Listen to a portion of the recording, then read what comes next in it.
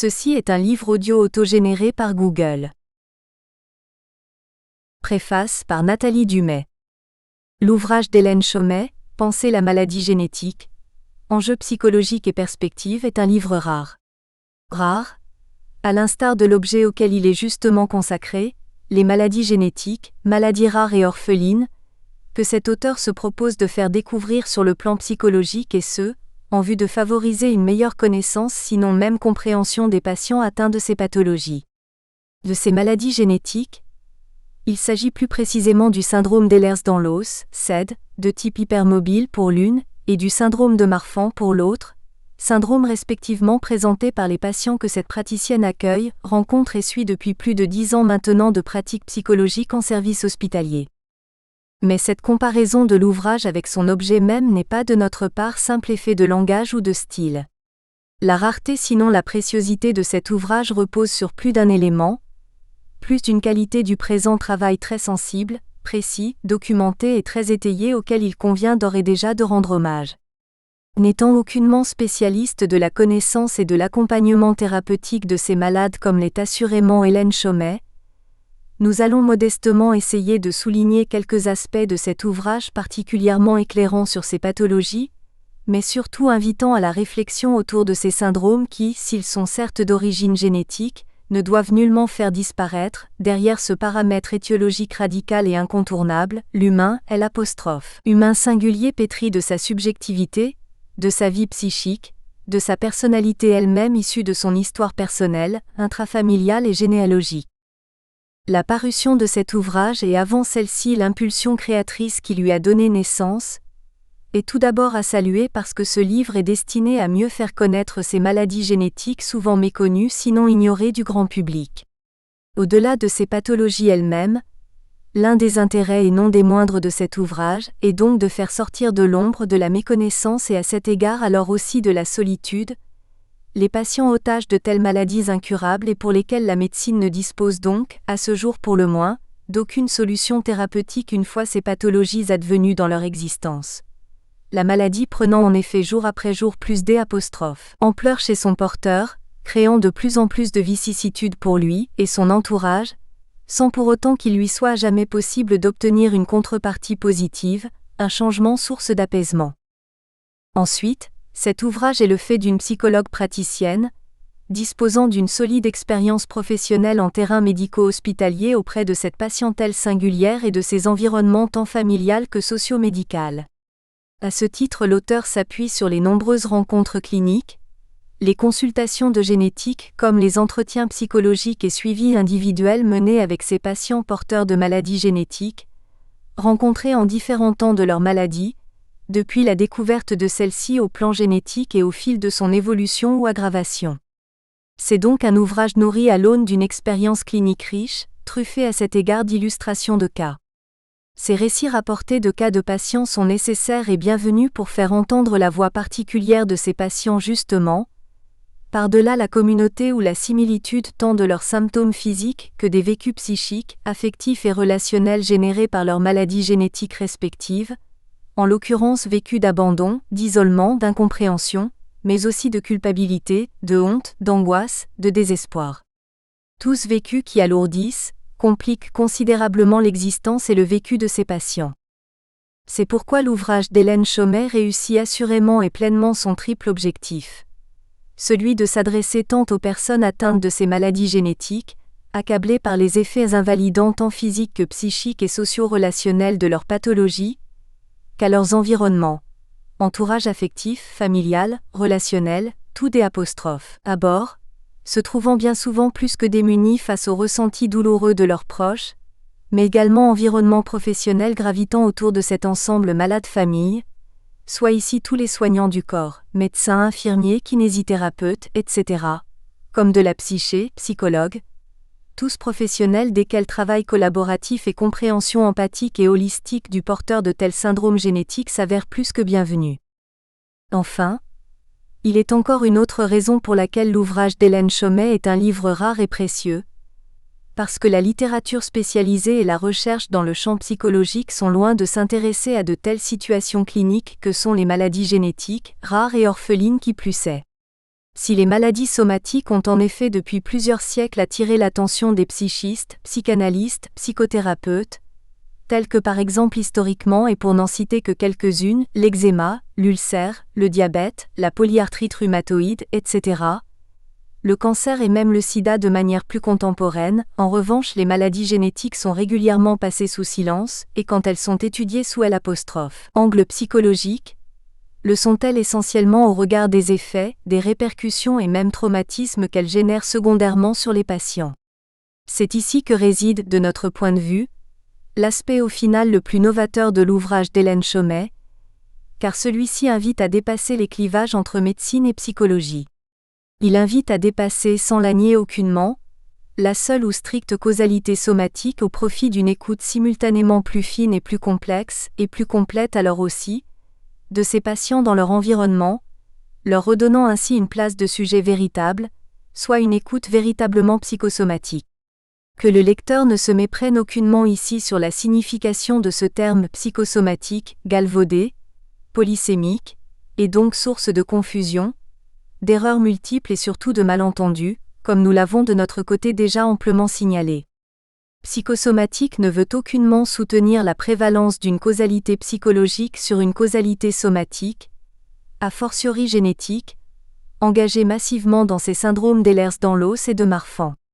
Psychosomatique veut en revanche qualifier une approche holistique du malade touché certes au plus profond de sa chair, dans son génome même, mais dont la personnalité et la subjectivité propre accompagnent, marquent aussi profondément la maladie, le vécu de celle-ci, le parcours thérapeutique, l'évolution et l'organisation de la vie et des relations du sujet qui, fût-il malade, n'en demeure pas moins un sujet profondément singulier. Ainsi, si le sujet porteur du syndrome d'Ehlers-Danlos ou du syndrome de Marfan a précocement, comme tout individu au demeurant, construit sa personnalité et tissé son histoire affective avec et à partir de l'émergence des premiers signes de la maladie en lui, maladie d'ailleurs à l'insu de lui pendant un certain temps, avant que ne soit élucidée et mise à jour l'origine organique et ou génétique de ces symptômes, douleurs articulaires et leurs conséquences sur la motricité du sujet, par exemple dans le syndrome des Ehlers-Danlos, atteintes squelettiques, cutanées, ligamentaires, oculaires et d'autres encore dans le syndrome de Marfan. L'histoire de la construction de ces liens affectifs et familiaux a tout autant de retentissement sur le sujet, son équilibre psychique et somatique, in fine sur son rapport intime à la maladie. Tel est ce qui ressort de l'ouvrage d'Hélène Chomet. La fragilité physique, le sentiment d'effondrement ou de chute du sujet traduisent aussi, et révèlent, dans bien des cas des vécus internes de lâchage dû ou des objets d'amour du sujet, dès lors en difficulté pour se porter tant psychiquement que physiquement. Si la maladie génétique impacte assurément la construction subjective, pèse et retentit sur l'équilibre psychique et émotionnel de la personne, réciproquement la nature et la qualité de la construction des liens affectifs ne sont pas sans incidence sur le vécu de la maladie. Cette idée n'est certes pas totalement neuve. Nombre d'auteurs et travaux ont par exemple largement souligné comment et combien le regard parental porté sur le bébé, l'enfant porteur d'une difformité ou d'un handicap était déterminant dans la construction du narcissisme et de l'estime de soi de ce sujet, de cet adulte en devenir. Là où le propos, le regard, d'Hélène Chomet apparaît en revanche novateur, c'est de souligner l'importance pour ne pas dire le rôle déterminant de ces relations affectives intersubjectives, à commencer par les relations précoces, dans la portance psychique comme physique, la bien-portance du sujet, ici porteur d'une maladie génétique. Alors, si l'ouvrage d'Hélène Chomet, Penser la maladie génétique, est un livre rare, gageons qu'il ne demeure pas orphelin de lecteurs, mais reçoive tout l'intérêt qu'il mérite et contribue tant à une meilleure connaissance de ces pathologies rares qu'à l'écoute singulière et ajustée de chacun de ces patients tout au long de leur existence, fût-elle estampillée des signes indélébiles de la maladie génétique, de sentiments douloureux, en somme de ce qui organise toute vie humaine, le dynamisme pulsionnel de mort comme de vie. Avant-propos. Rien n'arrive au corps qui n'arrive à un corps en relation, parce que toute pathologie du corps réel ou du corps imaginaire, dit ce qui advient du fonctionnement psychique aux prises avec l'impensable. Monsieur Derzel. Mon activité de psychologue clinicienne dans un service hospitalier de consultation de génétique m'amène à rencontrer des personnes auxquelles on annonce que leurs problèmes sont dus à des maladies génétiques qui ne se guérissent pas à l'heure actuelle. L'une d'elles, le syndrome d'Ehlers-Danlos, SED, de type hypermobile, peut évoluer vers un handicap plus ou moins sévère. L'autre, le syndrome de Marfan, vers un problème cardiaque entraînant parfois la mort. Ces deux maladies soulèvent chacune des enjeux psychologiques particuliers, mais elles ont des points communs et sont parfois confondues. Cet ouvrage s'adresse aux personnes amenées à prendre en charge, tant sur le plan physique que psychologique, des patients atteints de SED de type hypermobile et de syndrome de Marfan. Il s'adresse également aux patients eux-mêmes et à leur entourage. 2 raisons au moins sont à l'origine de ce travail. La première tient à la rareté des écrits de psychologues sur ces pathologies. La seconde a été la nécessité pour moi, au bout de 10 ans, de mettre noir sur blanc mes observations et mes réflexions, afin de les clarifier et de les affiner.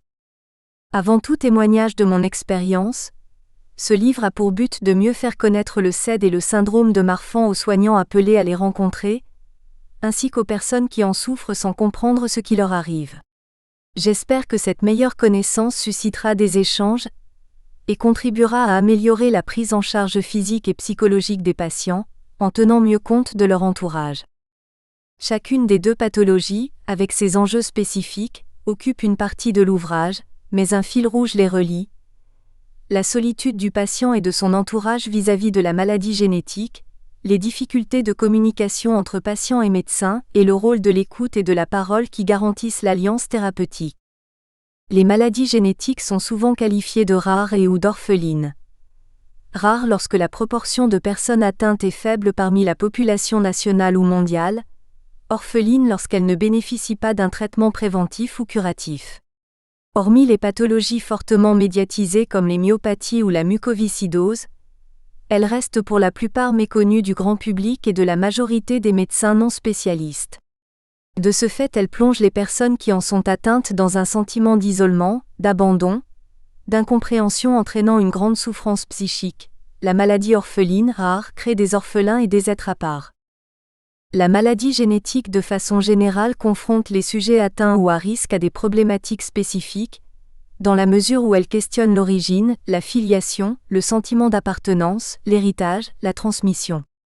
Toutes ces notions surgissent inévitablement lors des consultations de génétique, puisque le généticien est amené à constituer un arbre généalogique. Celui-ci l'aidera à préciser l'existence de telle ou telle pathologie dans une famille, puis chez un individu.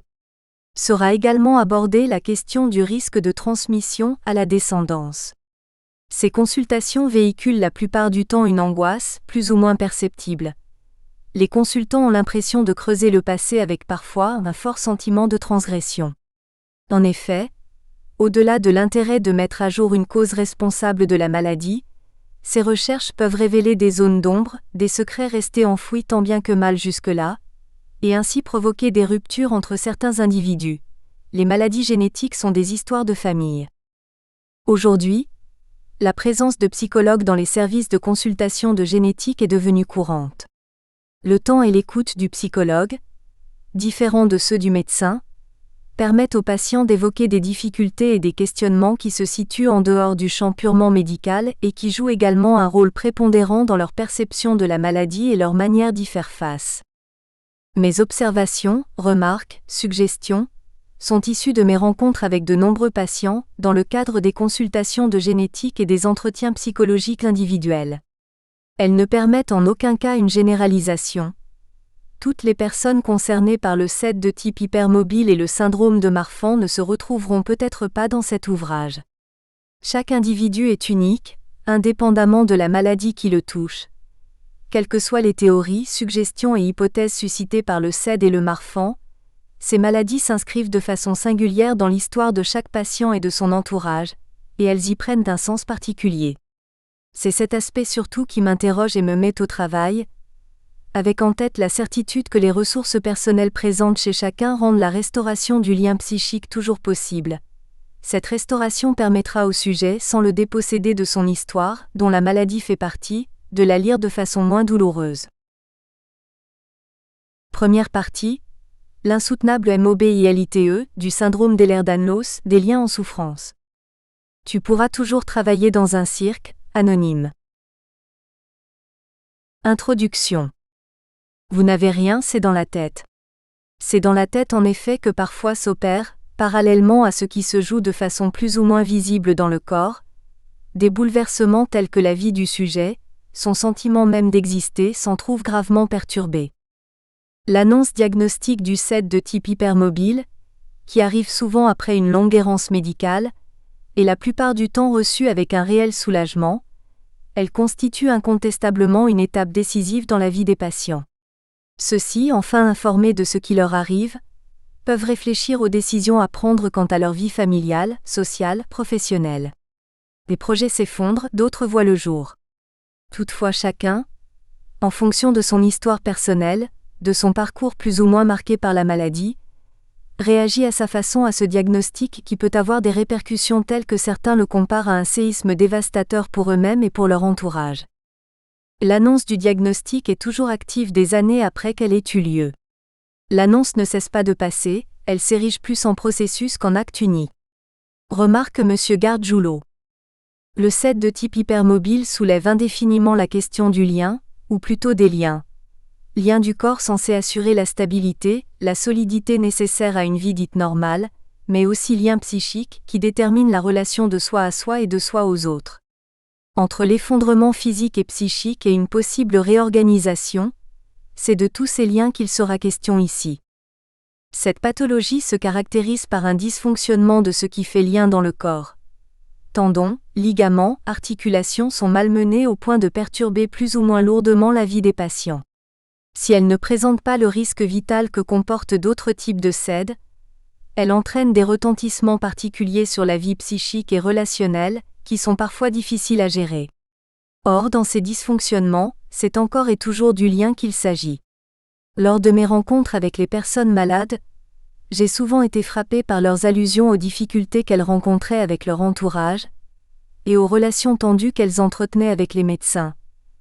Ces difficultés, qui s'expliquent notamment par la méconnaissance de la maladie par le corps médical, semblaient coller à la pathologie au point d'en faire partie intégrante et d'empêcher toute alliance thérapeutique.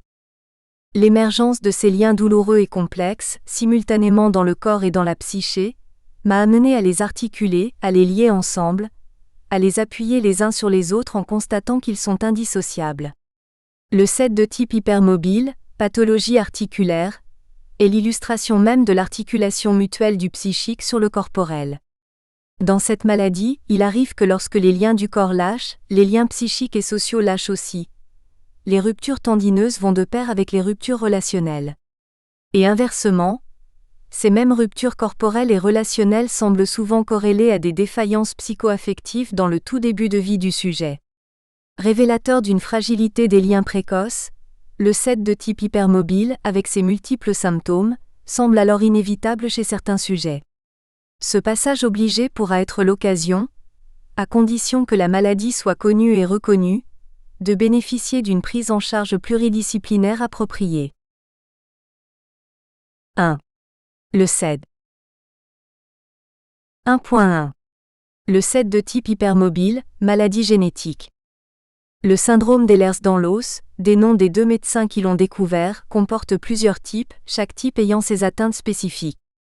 Je ne traiterai ici que du type dit hypermobile, en précisant qu'il concerne en majorité les femmes, et que l'on voit donc surtout des femmes en consultation. C'est pour cette raison qu'il sera question dans cet ouvrage, des patientes plutôt que des patients. La maladie peut être héritée de l'un des parents, qui a transmis la mutation, c'est-à-dire l'altération du gène responsable. Elle peut également apparaître dans une famille chez un premier individu. On parle alors de mutation de novo. Une fois présente chez une personne, la mutation, héritée ou apparue sans antécédent, peut se transmettre d'une génération à l'autre, sans distinction de sexe. Le risque de transmission est estimé à 50% pour chaque grossesse. À l'heure actuelle, la mutation n'a pas encore été identifiée pour le type hypermobile. On ne peut donc pas proposer aux patients l'analyse de l'ADN, le matériel génétique, qui apporterait la preuve biologique qu'ils sont bien atteints de cette pathologie. Le diagnostic repose sur un examen clinique minutieux accompagné d'un interrogatoire permettant aux médecins d'évaluer la sévérité des atteintes et leur retentissement sur la vie quotidienne. Il faut préciser que ce diagnostic clinique peut s'avérer difficile à faire, parce que la pathologie présente des similitudes avec d'autres, ou parce que chez certains patients on remarque des signes de la maladie sans pour autant pouvoir réunir tous les critères nécessaires au diagnostic. 1.2. Le SED de type hypermobile, pathologie articulaire. Le SED de type hypermobile est lié à une anomalie du tissu conjonctif. Il se caractérise par une hyperlaxité et une hypermobilité occasionnant des luxations plus ou moins fréquentes et sévères, des entorses avec parfois des arrachements osseux, des ruptures ligamentaires ou tendineuses. Ces accidents peuvent être accompagnés de douleurs intenses, difficiles à apaiser, et impossibles à éradiquer. À cela s'ajoute une grande fatigabilité, présente même en dehors de tout effort. Des troubles digestifs existent parfois, pouvant provoquer une constipation chronique. Certains patients rencontrent également des problèmes d'incontinence urinaire. On observe aussi des atteintes cutanées. La peau de consistance particulière peut s'avérer particulièrement étirable, trop abondante, trop élastique, on parle alors de mauvais ancrage.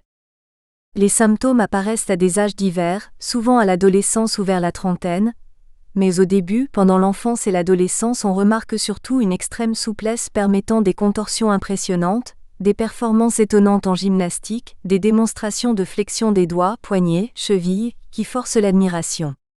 Dans un second temps néanmoins, les réactions se modifient car le spectateur sent confusément que ces prouesses ne sont pas tout à fait normales.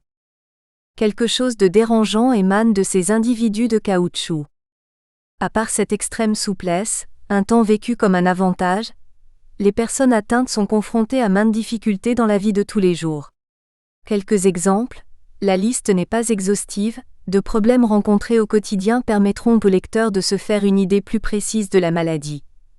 Impossibilité d'enfoncer une punaise avec le doigt, de visser ou dévisser un couvercle de bocal, de porter une casserole pleine, de presser un tube de dentifrice, de boutonner ou déboutonner un vêtement, de se coiffer, de soulever un sac à bout de bras, de appuyer sur des béquilles, de bâiller, de se tenir au bar dans les transports en commun, de manier le levier de vitesse de la voiture. Tous ces gestes, effectués sans réfléchir par la plupart des personnes en bonne santé, provoquent chez les patients des douleurs, des luxations des chevilles, genoux, poignets, coudes, épaules, des déboîtements de la mâchoire, autant de symptômes qui seront soigneusement répertoriés lors de l'examen clinique qui permettra de poser le diagnostic. 1.3. Quelques constats. À partir de cette brève description et de cette énumération de symptômes, 3 grands axes permettront d'aborder les problématiques essentielles des patients. Il s'agit du lâchage, de la douleur et de l'invisibilité.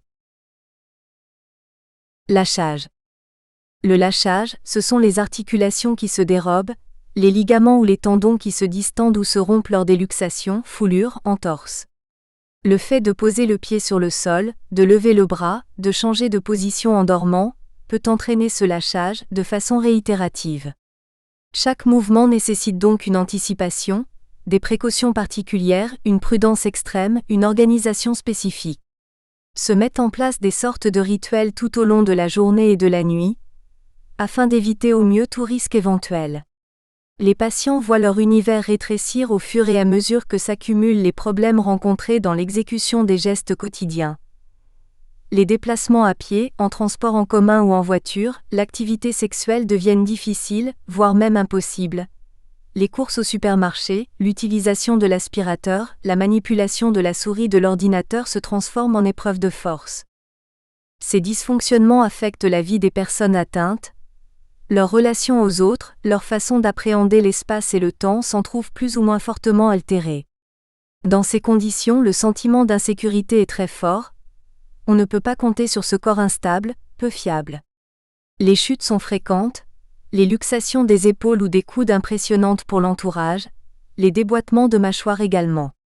L'environnement dans son ensemble devient potentiellement dangereux, le moindre geste est une prise de risque. Devant leur incapacité à accomplir certaines tâches, les personnes atteintes doivent un jour ou l'autre demander de l'aide. Le conjoint, les amis, les voisins sont ainsi mis à contribution.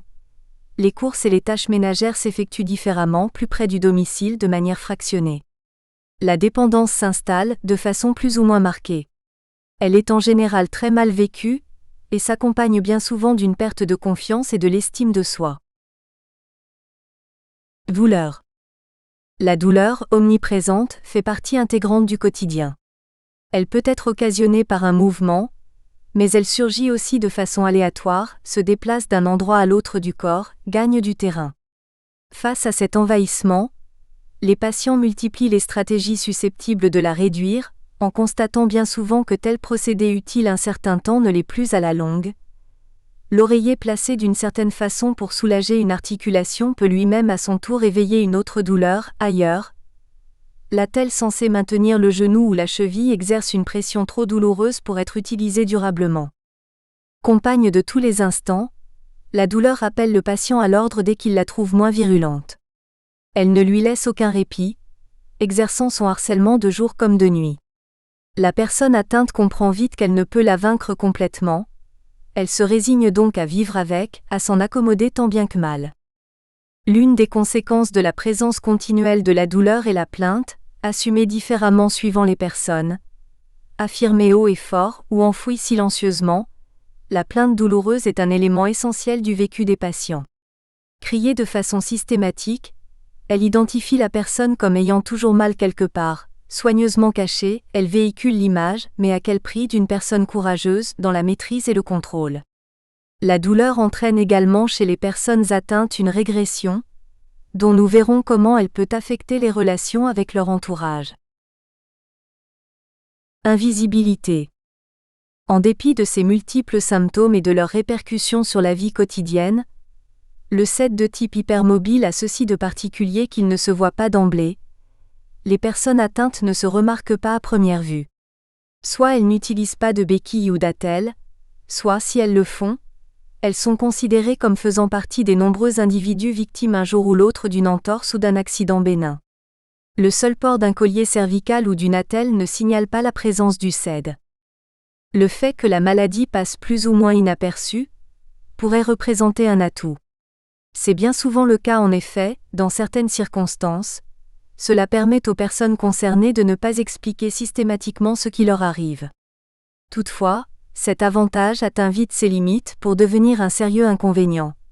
La personne n'est pas crédible, dès lors qu'elle revendique un tant soit peu sa maladie.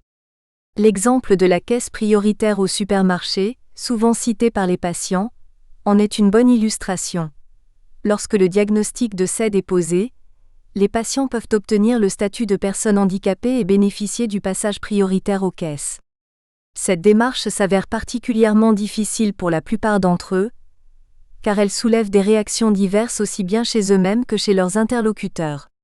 Pour le patient, il s'agit d'assumer en public son statut de personne handicapée, alors même que rien ne le distingue comme tel.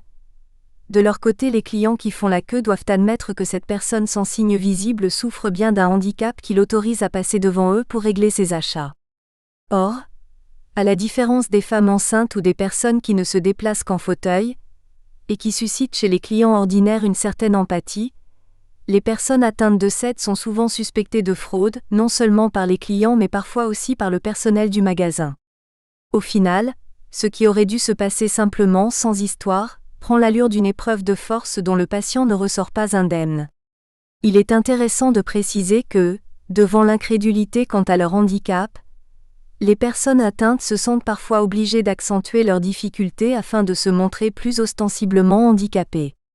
Ainsi vont-elles systématiquement prendre leur fauteuil pour aller au supermarché, ou se déplacer en s'appuyant sur une canne dont elles n'ont pas besoin à ce moment-là. C'est finalement l'étiquette de simulatrice qui les conduit à simuler. Une autre situation fréquemment évoquée par les personnes atteintes de SED est l'incompréhension rencontrée lors de la scolarité. C'est souvent à l'adolescence, pendant les années de lycée, que les symptômes commencent à apparaître de façon plus sensible.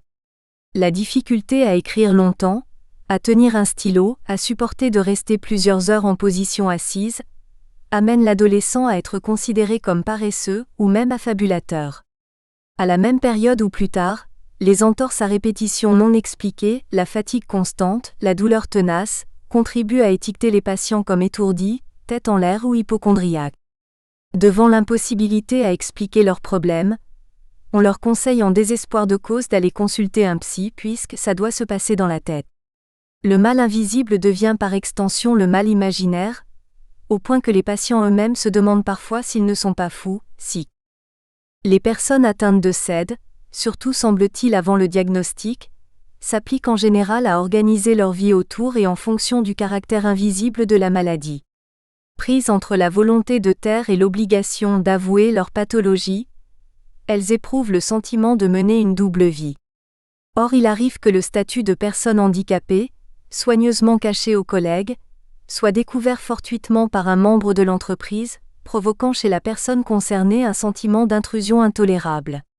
Le sujet doit se défaire des protections habituelles et nécessaires qui forment une frontière entre ce qu'on montre de soi et ce qu'on garde en soi. Certaines adolescentes, dans un souci de transparence et par commodité, décident en revanche de parler ouvertement de leur pathologie dans leur établissement scolaire. Cette attitude entraîne parfois leur mise à l'écart de la part de leurs camarades. Elles se sentent alors considérées comme des boulets et réduites malgré leurs efforts à la maladie. L'invisibilité de la maladie rend donc difficile le fait de se présenter aux autres. Son caractère génétique complexifie également le choix de dire ou ne pas dire. Il agit comme un frein supplémentaire à la rencontre. La mutation génétique, qui fait partie de l'identité de la personne porteuse, constitue un morceau de soi à garder secret. Pour beaucoup, elle reste une tare et elle génère la honte. Certains jeunes ayant déjà des symptômes et apprenant le risque de transmission évitent donc, plus ou moins consciemment, de s'engager dans une relation de couple. Ils disent ne pas vouloir infliger à un conjoint à la fois leur risque de perte d'autonomie et le risque de transmission aux enfants. Souvent ils semblent se percevoir avant tout comme indignes de vivre avec les autres, honteux de n'être pas comme les autres, au point parfois de se considérer comme monstrueux. 1.4. Sans limite. Si l'on reprend les conséquences immédiates de la maladie, le manque de confiance et d'estime de soi, la plainte douloureuse revendiquée ou tue, l'incompréhension de la part d'autrui, les accusations d'affabulation, de paresse, de folie, on retrouve une constante qui est la question récurrente des limites. Étant donné la difficulté du corps médical à identifier leur pathologie et surtout à la reconnaître comme telle, les patients eux-mêmes se trouvent, pendant un temps plus ou moins long, dans l'incapacité de reconnaître les limites qu'elle leur impose. Il faudra attendre un nombre impressionnant d'entorses, déboîtements divers et crises douloureuses avant qu'ils ne se décident à cesser ou réduire l'activité qui les déclenche. Avec le SED, le corps semble ignorer ce qu'il est censé ressentir ou non.